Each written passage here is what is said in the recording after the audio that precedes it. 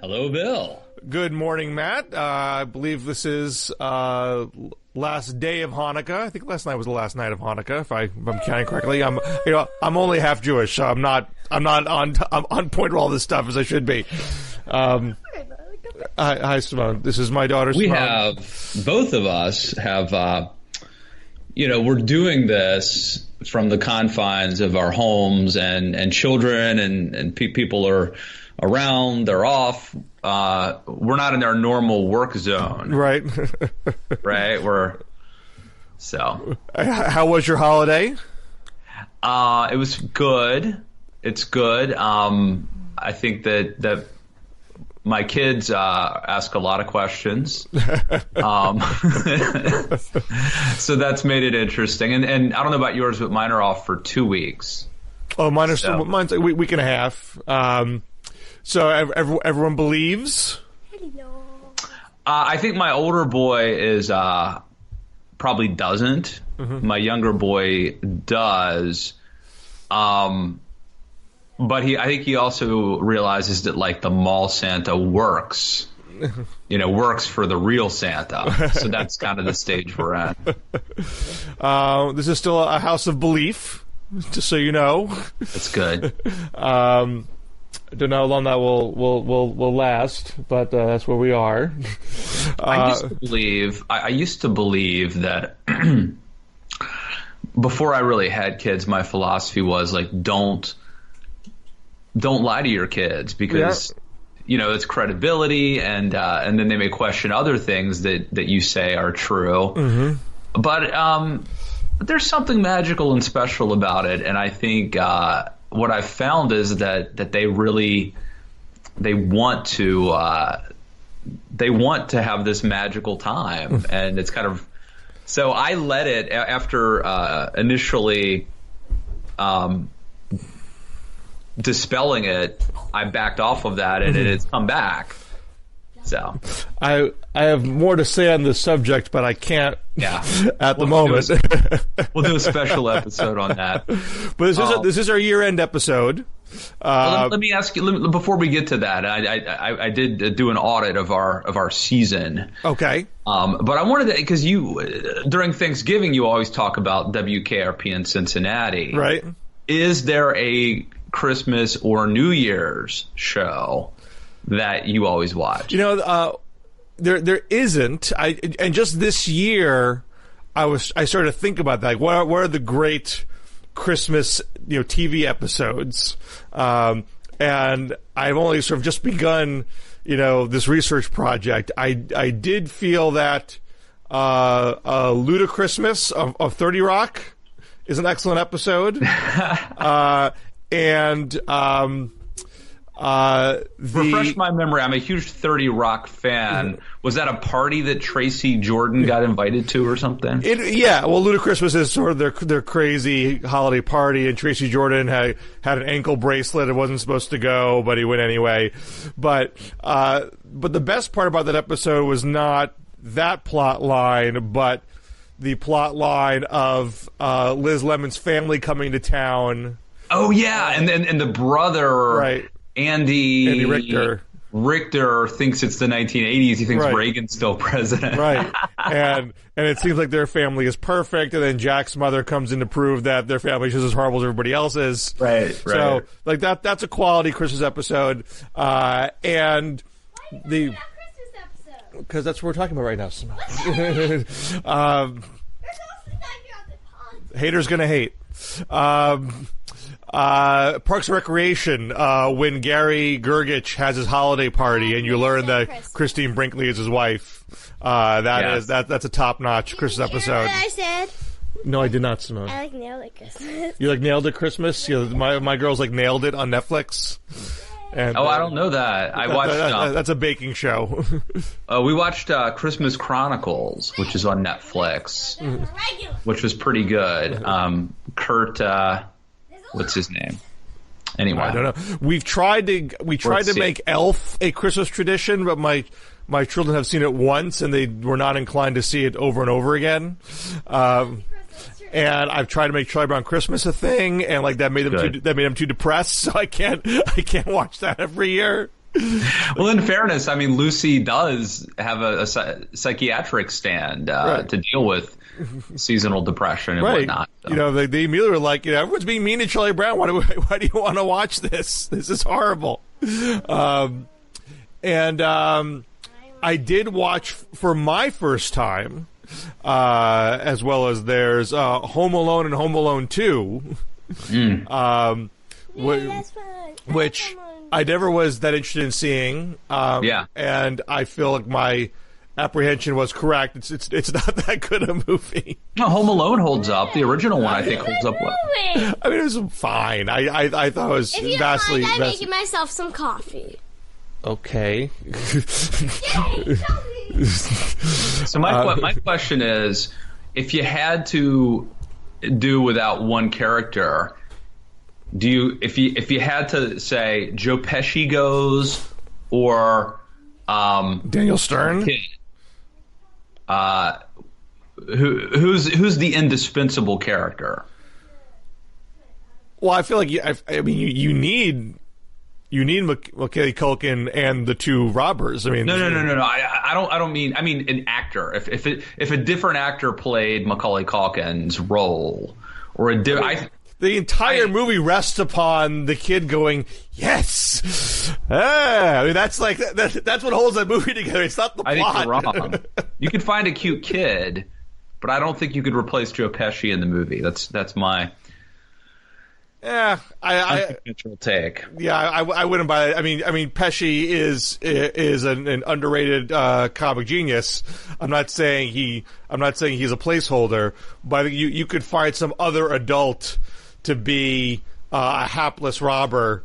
I mean, obviously the only thing that made that movie stand out was that look what this kid is doing.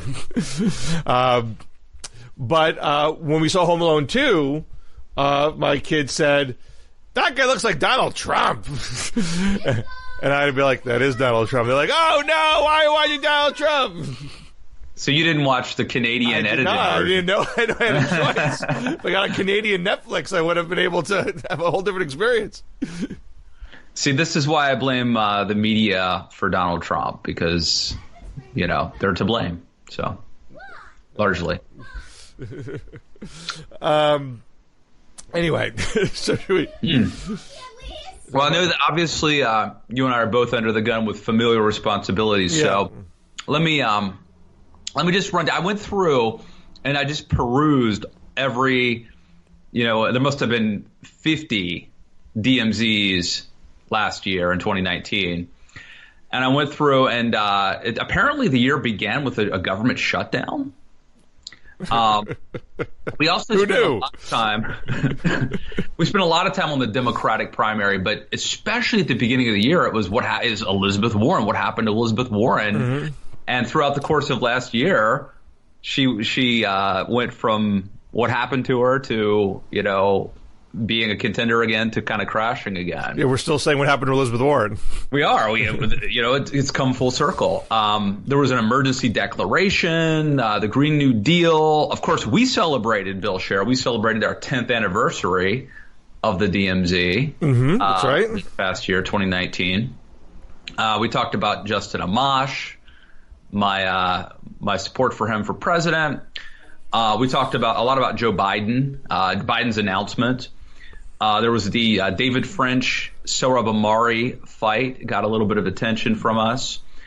We talked about AOC and the squad versus Pelosi.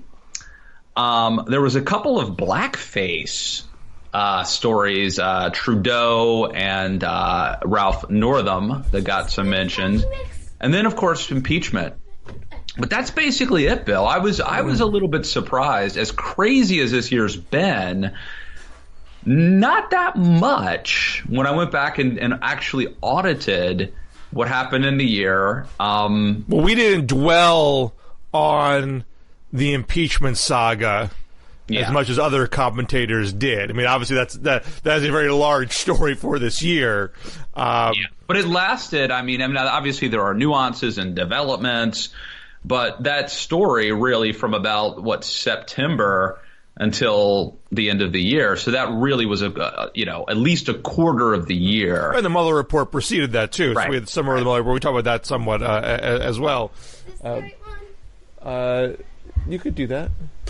But a lot of the things that we were asking a year ago are kind of the same fundamentally. Like, can the Republican Party, survive? Will there be life after Trump? Or will the Democrats nominate Biden, and could he actually beat Trump? I mean, a lot of the larger themes. There's a lot of wasted time, let me just say, on Tulsi Gabbard.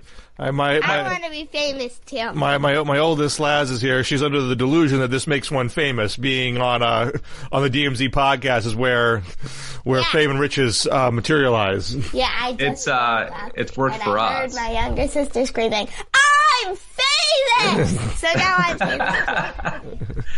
Do you want? I have to get on my animal friends. We have to keep her away from my oldest son Burke, because they may be a match made in heaven. He wants to be a famous gamer. Oh, really? Like he likes to he wants to videotape himself playing video games and talking about them. Now, do you let them have their own YouTube channels yet? What's that? Do you let them have their own YouTube channels? He does have a YouTube channel. See, I don't tell this to my daughters. There's 12 people have watched his videos already. Okay, now we will introduce everybody one by one. This is a small screen. This is Tiggy. This is Bamboo. This is Keiko. For those who are watching, these are her animal friends. This is Rufus. And what's Rufus? He's a pygmy pup from Harry Potter. Okay. And this is Hank. This is the Christmas. He's a squishmallow, and he's a hippopotamus. This is the big Christmas present, the Squishmallow. He's a hippopotamus. Okay. That's a nice squishmallow. This may not be the best episode. This may not be the one. No, This will be the best episode. Her name's Tally. She's a kitty. This will be the best episode. And this is Bubba the dog. And this is Amy. She's a serval. Meow, meow, meow. Oh yeah, Bamboo and Keiko are pandas, and and Hank is a squishmallow hippo. Okay. And Tiggy was the teeny tiger puppet thingy, but she's not really. Okay, so let's get back to business here. And then Rufus is a pygmy pup, and you have those who read or watch Harry Potter know what Rufus is. Okay. He's a pygmy pup. Why don't you have a pumpkin muffin, then you can go watch stuff on your tablets, okay? Yay! Thank you. Actually, do really love for Chinese food. I can heat up all those chocolates. Bill, I hate to say it, you do realize that screen time is not good. But they don't have their own YouTube channel, so I got that over you. So anyway, do you feel, Matt? So also over the course of this year, we may not have talked about impeachment. I should show you. Just hang on one sec. I should show you what my son got me. Okay. For Christmas, one of them. I believe it's a dish rag. It says, "This home runs on love and cups of strong coffee." Very nice. Very nice. It's technically true. And I told you, I don't know if I told you on air or off air, but I certainly told you about my buddy who literally moved to Mayberry. Yes.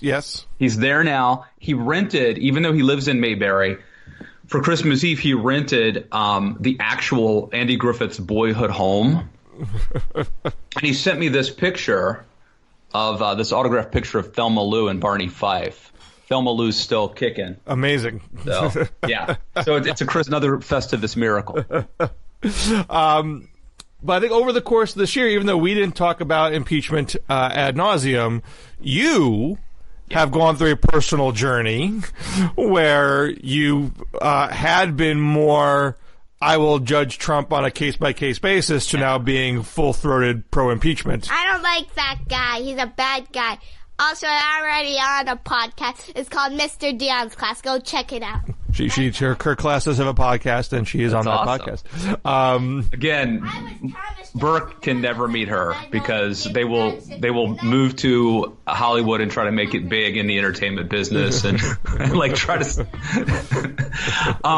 I should probably. So yes, I have, but let me tell you, my mom. The update on my mom, I think, is more fresh because we've been over my journey. Mm-hmm. And you're free to talk about this. I haven't cleared it. So who's going to tell her? If I only publicly talked about the things I had permission to talk about, Phil, this would not be nearly as fun of a show. So let me start by saying we celebrated Christmas Eve with my wife's family. Her grandparents were there. They're 98 and 97, I think. Her mom and dad and two of her brothers and her brother's wife. So that was my wife's family. And then the next day, I took my kids up to hang out with my mom in Pennsylvania, and we went to see this movie called, what was it called? It's some cartoon featuring Will Smith, detective something, I don't know. Anyway, I had a chance to depose my mom as the trailers were playing. I got to question her about Trump because, as you may recall, after me warning her that I feared Trump was an authoritarian, potential dictator, she then immediately went out and voted for him and drove people to the polls to vote for him in 2016. And so I asked her if she would vote for him this time, and because I was going to try to talk her out of it, and she said no. Because he's not a good, and I prodded, and it's because he's not a good example for young people. So very similar to Senator Langford, actually, interestingly, which came out after I talked to my mom. At one point, as I sort of tried to prod her, she did blame the Democrats for his behavior. Well, of course. I mean, it wouldn't have been. He was a perfectly nice guy until the Democrats came along, saying that they haven't given him a minute's rest. But I pushed back and said, you can't blame someone else for his behavior. Like he's a 70-year-old man, and then I tried to say, like, is there a chance you could change your mind? Like, what if your sisters try to? Because one of her sisters will also not. So it's my mom, and one of her sisters will not vote for Trump, but the rest of them are like big time Trump fans. Like they love Trump. They love him more than anything. So is there open friction between the siblings, between your mom and her siblings, or they just don't talk about it? I would say they do talk about it, but there's not really friction. It hasn't impacted their relationship. I think the difference is it wasn't a socially awkward Christmas dinner. I didn't see them. I didn't see her sisters. Okay, but she interacts with them a lot. But I tried to make sure. I'm like, well, what if your sisters try to talk you into it, or what if Elizabeth Warren's the nominee? And she tells me that she's steadfast. She has decided not to vote for Trump, and same with my one aunt. So these are two people who live in Pennsylvania, a swing state, who have decided, Christian conservatives who've decided not to vote for Trump because of his behavior. Now, granted, she probably has. My mom had like 11 brothers and sisters. My dad had 9 brothers and sisters. So I have a huge family. So I don't even, but she probably has like 5 sisters who were Trump voters and still are. You know what I mean? But the question is there enough erosion on the margins to tip a swing state like Pennsylvania? You don't need a wholesale exodus. You just need some.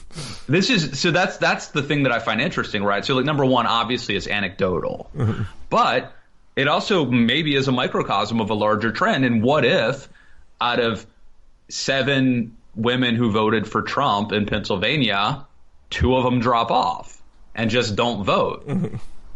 She did leave the door open for voting for Biden, but he would really have to thread the needle. He would, I don't think it's likely. I think it's more likely she just doesn't vote. But she didn't completely close the door. So I think I've told you before, I've never voted for a Democrat for president. And I think the same is true for her, except that goes back a lot farther than mine, you know. So this would be a big deal if she did. I don't think she will, but Biden is at least within the realm of possibility. Well, that's interesting. You know, there just was a New York Times article exploring that question. Are there really Republicans who would vote for Biden? Is this just a fantasy, or do they actually exist? And again, you can't take that your one anecdote and say that it's a guarantee that she would. But it does at least lend credence to the notion, like, those people might actually exist. Yeah. And this is not even someone who's like a moderate Republican. She's a pretty conservative Republican and a religious Republican. And I would also say a populist conservative. I mean, she would have always been more of kind of like almost like a Huckabee or a Santorum, like, we need government to take care of us because there's poor people and regular country people who they're just out there doing their best, trying their hardest, that's kind of her mentality. So it's not like she's a libertarian, right. You know what I mean? Like, she's not like a cosmopolitan libertarian conservative. Now, the interesting thing is her other sisters are probably more diehard Trump fans than they ever were. Even in they're probably bigger Trump fans now, but how much does that matter, right? They got one vote. They've got the same vote that they had in 2016. So the fact that their intensity is up, they were going to turn out anyway. They're no more likely to turn up than they were in 2016, for what that's worth. Right. Very, very interesting. Yeah. But have you reflected at all on your own journey of the past year? How you got to where you are? So, well, first let me just ask you, am I that different than I was a year ago? Am I really that different than a year ago? Well, yeah, I mean, I think you were inclined to not position yourself as 100% anti-Trump. You're willing to give him credit where you thought credit was due and not completely write him off. And I think clearly Ukraine was your last straw. That, I mean, you never were comfortable with his flirtations with Putin, right? And this isn't, how much it relates to Putin, is somewhat irrelevant to the question whether it's impeachable. But just the story that came out yesterday in the Times that kind of connected a few more dots into how the withholding of aid to Ukraine occurred. That seemed to suggest that the withholding of aid, didn't originate with trying to squeeze the president on Biden, but just a general, I don't want to help Ukraine. They're on the opposite side of Russia, and I'm not. My foreign policy isn't based on checking Russia. So if I don't like Ukraine, I think they're corrupt, I'm not going to help them. And the Biden element to it seemed to kind of work parallel to that, and eventually converging in the phone call that he has in July. So I think it's sort of part of the story. And that element of it, I think, certainly puts you. I mean, you're a person who thought. No, I think a couple things. One, I never liked Trump. I never voted for him. But as a commentator, as a columnist, I did try to. I would write something bad about Trump when he did something I thought was wrong. If he did something good, I would try to write that he did something good, and I would also focus on other issues, like if Elizabeth Warren did something wrong or crazy, or AOC, because it's we live in a very rich and complicated world, and there are a lot of different topics to talk about. Okay. But I think I did come to the realization that there's a dominant issue, and there's one person who now poses, I think, the greatest threat to the Republic, and his name is Donald Trump, and so. I've definitely made refocused attention on him, and I think that's been reflected this year. Part of it was like that the Ukraine call happened literally the day after Mueller testified. Mm-hmm. So there's no hope that he's going to be chastened or that he's going to get better. It was just, you would have to be very naive to think that he was going to pivot at this point. Mm-hmm. But that was just really like there's no going back. Unless we stop him, he's going to do worse and worse things. And so for me, I feel like what we do, we are privileged to have a voice and to have a platform. And I don't know. You know what? I feel. You tell me if you agree. I feel like the people who end up looking the worst are the people who are trying to have it both ways right now. Like, there are people who are like, I don't want to mention any names because I like some of these people, but there are people who are like, I'm going to vote for Trump, but what he did yesterday was really not good. Or, you know, that was an inexcusable thing he said about so-and-so. But I'm still voting for, you know, like I kind of feel like the people, and even I, who have not committed to voting against him, people could certainly argue, like, how can you say this guy is so bad, and yet you're not willing to, like, go all in on whoever could beat him? You know, Trump has put people in this really weird, untenable position. But for me, I felt like there had to be clarity in my denunciation of him, and that it wasn't just another news story on an ad hoc basis, but that he represents, you know, he's the biggest story, the biggest figure of our time. He should be the man of the year in that regard. And as such, he deserves my attention, and that's what he's gotten. Now, the other way that you have, I think, changed over the course of the year is that I think your view of the Democrats has changed. I think you started the year thinking this is a party that was, you know, under the thumb of Bernie and AOC, and the durability of Biden and the rise of Buttigieg, I suggest, has made you think, you know, maybe this is a more moderate party than you once thought. Now, granted, I told you this earlier in the year.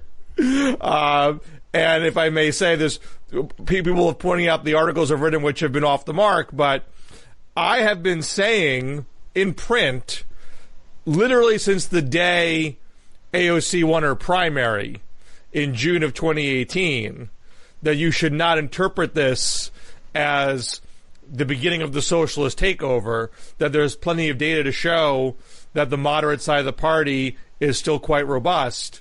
And I've periodically revisited that several times over the course of the last 18 months. And it's only now where it's started to become more commonplace, where people say, oh, there are moderates in the Democratic Party. Oh, Biden might win this thing, because there are moderates and older voters and African Americans who are actually both moderate and older, that could carry him through. But you failed to listen to me, but you have seen what the data is showing now, it appears. All right, so I got a lot to say about that. One, I will grant you that you were correct. You have been saying this, so check. Kudos to you. And I think as I went back and audited our year, you talked about it on the show too. So kudos to you. You were right about that. I think you could argue, in fact, I saw a piece in Vox recently that does argue that even Joe Biden, the guy that we see as moderate, is actually much more left than than Obama or any past Democratic president. So I think there's a way of looking at it and saying, well, they're not really that moderate, the things that they stand for. Do you want to talk about that before I go? It's totally true that the center of gravity of the party is, you know, several ticks to the left of where it was 10 years ago or 15 years ago. I think that process began with Obama. Obama ran as more of a liberal than John Kerry in 2004 or Al Gore in 2000. And he arguably governed not quite as liberal as how he ran. He was more pragmatic and more bipartisan than maybe some thought he was going to be, but still more of a liberal than Bill Clinton in the 90s. And the Bernie Sanders campaign has extended that move leftward of the party. to the point where you have a very large youthful contingent that are outright socialist or close to. The failure of some folks, including at the highest levels of the Democratic Party, including several Democratic candidates, was thinking there's this move leftward in the party and there's no limit to it. So you must run as far to the left as possible if you want to survive in this party. Whereas, in truth, there still was an older, more moderate element that is trying to put limits on how far that leftward drift goes. And even if Biden's stated platform is more to the left of Obama's in 2008, and that's probably true if you sort of tallied up the money. If you did a price tag of what he's proposing, even though his price tag is a lot less than Bernie's or Warren's, it's still a lot more than what Democrats were doing, 15 years ago. Since he is also saying there's no way we can get things done without bipartisan cooperation, in all likelihood, he's not going to be able to enact his platform to the letter. He's going to have to compromise on it. And he is telegraphing that as well in the course of this primary season. Yeah, I think that's right. And the last couple things I would say are, number one, I just as a rule don't, and I keep learning this over and over, but you just don't trust politicians and don't trust politics or political parties, really. And so my point is I haven't all of a sudden become like a believer in in any Democratic politicians or the Democratic Party, but I will say that I think that one of the things that Trump has made clear is that arguing over public policy issues, as important as that may be, isn't the most important thing when you have someone like Donald Trump who has these authoritarian tendencies in the White House. And so it becomes which party is the more decent, which party is the more moderate temperamentally, which party is the most reverent of the founding fathers and the Constitution, which party is the most civil, which party is the most dedicated to liberal democracy and institutions and the rule of law and norms. And I'm stunned, but it's the it is the Democratic Party. You just can't deny that today. Now this your view might change based on, is the nominee Biden, Buttigieg, or Klobuchar, or is it Sanders or Warren? I mean, Warren in particular is the most vocal about not adhering to past norms. I will change the filibuster. I would pack the courts. Bernie has an institutionalist streak in him that makes him stop short of that. But he also is talking about trying to overwhelm the system through mass mobilization and pointing the country towards an end goal of democratic socialism, which I'm sure would also rub you the wrong way, that make you want to pause and think about where is this party trying to take me? And I can't even though I'm arguing that there's a bigger moderate contingent than people assumed a year ago, I can't say with absolute certainty that means that Biden, Buttigieg, or Klobuchar win the nomination. It could still be Bernie or Warren. I mean, there's still a robust populist/socialist contingent what do you put that's grown in the past. What do you put the odds at right now that Biden is the nominee? I would still put Biden as the most likely nominee at this point. Now, 51%? I might even go a little higher than that. But one that has to make me pause is we are almost totally flying blind as to what is the state of play in Iowa right now. There has been almost no polling of Iowa and New Hampshire in December. And we've had a lot of national polls. So national polls, Biden's been steady. Warren has sunk into third place relative to where she was in October. Bernie is showing more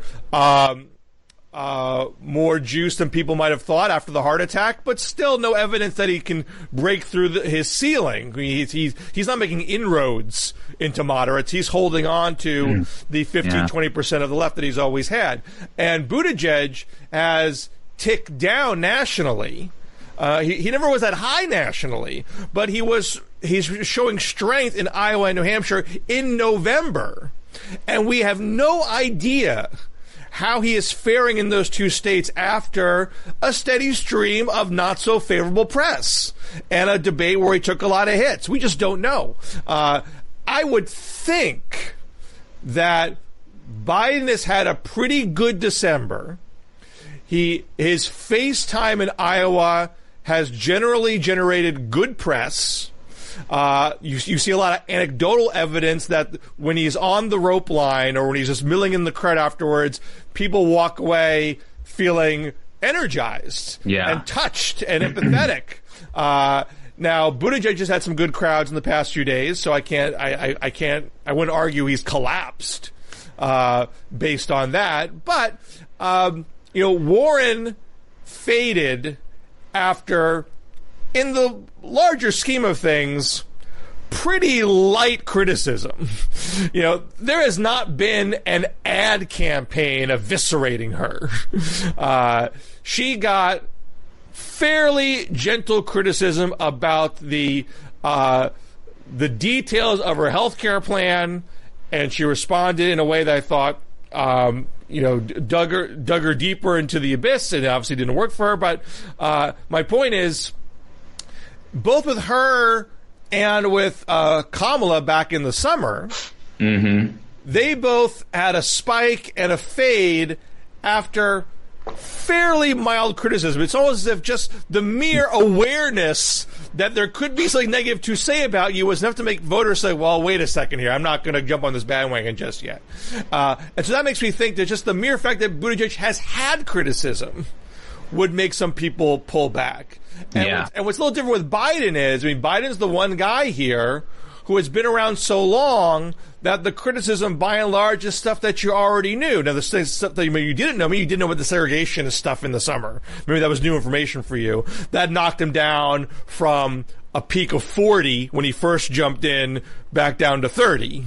I forgot to mention our when I did the audit of our season, we did a full episode almost on corn pop.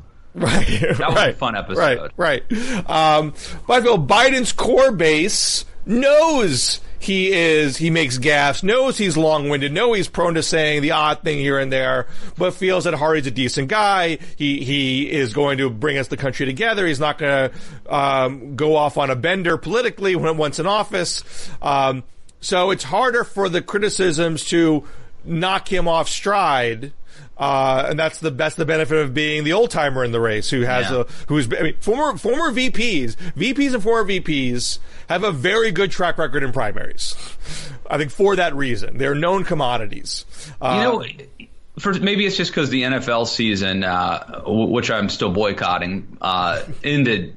The regular season ended. We're heading into the playoffs, but I think about these candidates. It's a season. It's a long season, and it's like Elizabeth Warren dropped the first 2 games, lost the first 2 or 3 games, but then went on a tear where she won like 7 games, and she just lost the rest of the season, right? And you've had people like Beto O'Rourke, Heisman Trophy winner, expected to be this great, dominating a quarterback for a team, and it, gets injured or something, or just flounders, just doesn't show up. And then, I feel like the teams who actually really perform well in the playoffs are just teams that end strong. You might not have the best record, but if you end the season strong, you're going into the playoffs.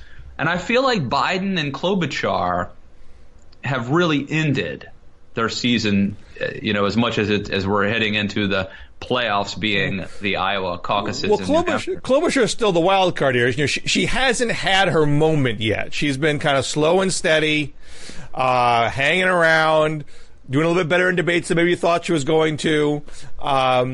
But it hasn't had the breakout moment yet, and it's certainly possible that she might have that breakout moment just at the right time. Right. 1 week before the caucuses, that's thing can happen. That's my point is timing. Right. It's the timing, peaking at the right time. It doesn't matter if you're winning the game all the way up until it actually starts. Well, I don't think she can have that moment if Biden remains stable. And I think the fear in the summer and the fall was this guy is just losing it. Whether you think it's like outright dementia or it's not on his A game, like he's not showing me he's built for the long haul.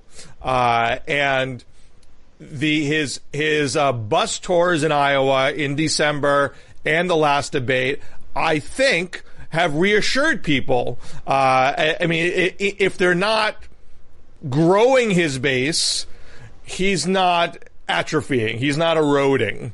And nationally speaking, that should be good enough. Looking at national polling, we just don't know if it's good enough in Iowa because he had one poll in December where he did have the lead, but it was an Emerson poll. Emerson has some people question its quality. There's one other poll, a civics poll that also is sort of a new kid on the block. No one knows how strong that is. That had Buttigieg in first and Biden fourth, but rising. And the more quality Iowa polls haven't happened in December, so we just don't know how big his base is there. But if he doesn't tank, I don't see where Klobuchar gets an opening. My image of Biden, like when I think of Biden, I don't think of the old stammering, confused guy. Mm-hmm. I think of, the Biden in his prime, and maybe that's the product of him having been around so long, but or maybe it's that he's ending strong that last debate. Maybe that really helped him. But I think people think of the image in general. They're not like on, December 12th he said this stupid thing, right? I mean, it's like overall, what's your impression of someone? Mm-hmm. And I feel like Biden still has a solid impression. I think he's actually ended stronger than he started. I mean, the notion that Biden is the most electable choice is at least a very live argument. It's not an open and shut argument, but the polling still points in that direction. And the argument that the activist left has wanted to make and still tries to make, which is the more electable candidate is going to energize the base. That argument is not carrying the day as of now. There's still clearly hesitation in the party for either Bernie or Warren to carry that banner into the general. So as long as the general argument that you need a more moderate person to win in November holds, and as long as Biden seems like a plausible person to carry that banner, I would think he's in very good shape. Buttigieg has made inroads into that argument, saying, "Hey, I'm the more electable, moderate type. I'm younger. I'm fresher. I don't stumble on my words. I give very clear, cogent answers to things." That has resonance with a part of the party too. That's why and more so in Iowa than anywhere else to date. But if Buttigieg has his hiccups, that are sort of start being reflected on the ground in Iowa. And I do think that being a 38-year-old mayor of South Bend has some inherent limitations when it becomes crunch time. If Biden can do, first or a strong second in Iowa, and he's still alive for South Carolina and wins that going away, I think that puts him in a very good shape for Super Tuesday. Yeah. And certainly he would be even better if he won Iowa outright or won, Iowa and Nevada going to South Carolina, which is also not implausible. Biden did an appearance with the Culinary Union in Vegas. Which is a very important. Right. I mean, they did not endorse in 2016, if I remember correctly. But they're considered pretty powerful in Vegas, and Vegas is the heart of the Democratic vote in the state. Biden's made this argument about Medicare for all the whole time, which is it's going to hurt union plans. These unions are negotiating for these great plans, and if you go to Medicare for all that hard-fought bargaining is for naught. And the counter to that argument is that's disingenuous because the single-payer plan is going to be great, and a lot of union people are going to benefit from that. So you're using the unions as like a human shield to make an argument that benefits the insurance companies. And it's not a unanimity amongst union people who has the better of this argument, but the culinary union has as a particularly fantastic plan. I mean, they even have like their own healthcare center, which is apparently like this amazing facility. And Biden, when he made that case to them directly, they responded very positively to him. So I can't guarantee he gets the endorsement based on that, but it is not implausible that he gets that endorsement and is in good shape for that caucus. Well, look, all I can say is if you're a politics fan, then we're entering into this exciting time. I mean, you and I are going to be here on the DMZ talking about, not that long from now, what just happened in Iowa, what's going to happen in New Hampshire, what's going to happen in Nevada. This is coming up, Bill. It's coming quick. Well, and we're going to be talking about it. And the point is correct that I've seen elsewhere that a lot of Iowans have not made up their minds. So you can throw the old polling out the window. There's a whole bunch of stuff that can happen between now and February 3rd. And so things are very fluid. And I agree with that. I think it'll get nastier. I think it's already been, again, it hasn't been nasty relative to the nastiest battles of all political history. But I do think the elbows that have been thrown earlier than in past Democratic primaries, and I think that will escalate. Buttigieg just took a shot at Biden for his Iraq War vote from 2002, which is the first time I've seen Buttigieg really go after Biden directly. And I imagine that will keep going. One thing I think we're going to hear more about going forward, and I'm working on a piece list, so maybe I shouldn't go too deep into the argument, is Iowa. Does Iowa have an unfair position here? They gain disproportional influence in this process. And I'm going through the numbers of the visits, how many days are spent in Iowa, and it's going to be the case that Iowans get more visits than other states. But it is not as many visits as it was in 2004 and 2008, when you had sort of similarly wide open, sprawling fields. So that says to me that the attempt by the Democrats to have a schedule that elevates Nevada and South Carolina, which are less white states, and have an early Super Tuesday where a lot of delegates are at play, particularly from California and Texas, I do think that is taking away the amount of attention Iowa gets. You're not going to feel it this month because Iowa's going to loom very large in January. But it used to be you just camp out in Iowa the whole year. And there's been less of that because the candidates have had to spread their attention to other places to ensure they would be viable post-Iowa. Yeah. And people are saying, well,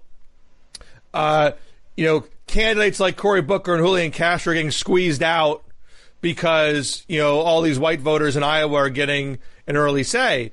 But you would get on the debate stage if you were scoring 4 or 5% in polls in South Carolina, which is a majority black state for the Democratic electorate. And people of color candidates were not doing as well there, except for Kamala. And Kamala would be in the debates if she decided to stay in the race. That's not why she dropped out. It wasn't her debate qualifications. So, by the mere fact that the polling criteria involves Iowa, New Hampshire, Nevada, and South Carolina, people of color voices get a direct say in those states, Nevada and South Carolina, get as much say as white voters in Iowa and New Hampshire who gets on that debate stage. So it's the burden was on the candidates to do well in those states polling wise, and it's not the black voters of South Carolina's fault that Booker and Castro did not impress them well enough. Yeah, I think we agree. Probably should get going soon. I do want to mention that I just saw the Richard Jewell movie. Putting Have aside, you seen it? I haven't seen it, and I was inclined to see it until this revelation came out that they besmirched the reputation of one of the female reporters at the Journal-Constitution, suggested she traded sex for bad information. So that did dampen my enthusiasm of seeing it, but I thought the subject matter was good subject matter for a movie to explore. Yeah, very well done. I mean, they shouldn't have put that in there. The movie didn't need that in there. It would have functioned perfectly well without that what you just mentioned. Yeah, man, you come out of that really, though, thinking about the police power and the media. And, yeah, it just, I thought it was really good. My wife and I have had many conversations about that movie and different questions and thoughts about it. I think it's thought provoking, well done. Now, apparently it's based on, there's like a Vanity Fair piece, The Ballad of Richard Jewell or something, that a lot of it's based on. I think there was a book too. So how much does the movie get into the fact that the actual bomber was a far-right extremist who was vehemently anti-abortion and anti-gay, and that's what fueled the bombing? Not at all. Doesn't mention it. Mentions the guy's name one time at the very end when they actually capture him. And that's it. So it focuses... I mean, in fairness to Clint Eastwood, it's focused on Richard Jewell. And but it is interesting that it doesn't come up, right? And so maybe that's partly because it wouldn't have advanced Eastwood's political agenda. I mean, I just find that, and again, I don't think Eric Rudolph speaks for all conservatives. I think that's fair to say. That's not the point I'm trying to make here. But I mean, this was an early example. I mean, this is I guess this is post Waco, right? This is 96. Right, so that's post Waco, post Ruby Ridge. But here was an example of, far right. Oklahoma. When's Oklahoma? Oklahoma's before then, so that's 90. That's 93. Right, so this is sort of an additional example of far right domestic terrorism, and it never really seeped into the national discourse that that's what this was, because the arrest came so late, came several years after the fact. I can't remember what year it was where he got arrested. It was like 7 years later or something. It was years later. If it was during the Bush years, maybe it was just because the Democrats were focused on other things and were pushing that narrative wasn't the thing to push. Yeah, I'm not sure when it was, but it was several years later. But I mean, maybe it might have been 6 years later. I mean, you can find online Eric Rudolph's autobiography. Like, he has he explains himself in very lucid detail. It's on a website, at least this was several years ago I last checked it, maybe the site's been pulled down, but there's an Army of God, which is a network of anti-abortion violent extremists, and they host his online autobiography, which sort of is like a call to arms. It's like he's not even repentant. He's encouraging more of that kind of terrorism. So that, to me, I mean, as much as the Richard Jewell besmirching is a huge story, so is the actual story of... Sure. I think it got overshadowed. Partly, some of it may be a political agenda, but some of it I think is just we're obsessed with what just happened. You know what I mean? And so if something like if they had fingered Rudolph immediately, I think there would have been a much bigger deal about him and his politics, right? But I think a lot of it is just it's old news. But here's the thing. Eastwood does kind of go out of his way to talk about how Richard Jewell is unfairly targeted because he is this white Southerner who has a lot of guns. And, you know what I mean? And so they do tell that side of it without explaining the Rudolph side. Richard Jewell was obsessed with being a police officer, and he knew an inordinate amount of stuff about, he had like grenades in his house that were just paperweights, they didn't have any explosive in them, but that's not normal, especially if you're from, let's say, New York or something. But that was the false narrative. They were trying to say that he staged the event so he could be the hero. Yes. Now that he was trying to make a political point. Right. Whereas but in profiling him, it comes up that he's this kind of white cop wannabe. And that was so Eastwood, puts in the fact that Jewell was like kind of unfairly profiled based on his demographics, but doesn't really mention Rudolph.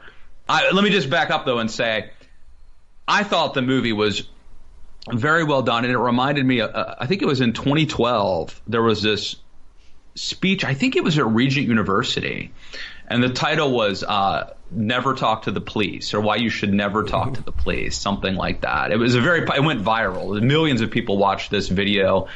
I think it was a law professor or former prosecutor who talked about why you should never trust the police and never talk to the police, which for someone like me goes against a lot of my upbringing. And Richard Jewell admired and respected the police, and a lot of the mistakes he made, at least according to the movie, were based on this reverence he had for the police, and he really wanted to cooperate, and he really wanted to help them. And it just goes to show you how stupid that and how dangerous that was. It's great to end the year on this note, Matt. It's been jam-packed, and talking to you has always helped me navigate all the insanity. So thank you for your insights over the course of the year. Thank you. It's been fun. Let me do a quick another shameless plug here. I don't think I've ever shown one of these on TV, as your daughter might say. But these are the T-shirts, the proud to be human scum, never Trump T-shirts. Does your mom have one now? I think there's one in the mail. Mom needs one now. I don't know how long. I don't think that would be great for her to wear in the strolling around the Walmart there in PA. But if you want one, I mean, we could probably make that happen. So check it out at patreon.com/Matt Lewis. Excellent. And I had a piece up in Politico late last week where I ranked all the presidential dropouts. Yeah. You got targeted by the Beto people. Well, I'm getting a fresh round of it today, in fact, because Politico did a tweet that focused on the Beto part of it. I mean, I wrote that I ranked him 10th of the 10 dropouts. He had the worst campaign of anybody in terms of his impact on his future political career. That he came in with the highest of hype and ends having destroyed his viability in his own home state because he went farther and farther to the left over the course of the campaign. And I don't think he can run statewide in Texas. I don't know how having said, I'm going to take your AR-15. I don't know how anybody could argue with that. I mean, that seems to be pretty close to empirically true. Well, as I have learned, like the community of Beto stands on Twitter is quite robust. And it's all very like, you don't know Texas, you lazy pundit from Massachusetts or New York. Some of the people come from New York or from Washington. You don't know Texas politics. Beto is beloved here. He's better than ever. He's helping flip the Texas House. He's going to turn it blue. Yeah. And look, I mean, the Texas might turn blue. It might, not because of Beto. I'm not saying Beto doesn't have currency among the Texas left. But I don't think you're going to win. I mean, and I do think Texas is trending blue. My whole point of Beto from the beginning was that this is a state that's trending blue with or without Beto. Right. Just as Arizona is trending blue. I mean, Kirsten Sinema didn't make it turn blue, but she was able to ride those demographic trends better than Beto was able to ride in Texas. And her campaign was a much more centrist campaign than Beto's was. So you just can't say that Beto's big progressivism was the secret to his Texas near success. And you mentioned these Beto stans. Yeah. I think 2019 was the year that Stan really went mainstream. Now, I know this has been around forever. I mean, not forever, but for at least a decade. It's from an Eminem song.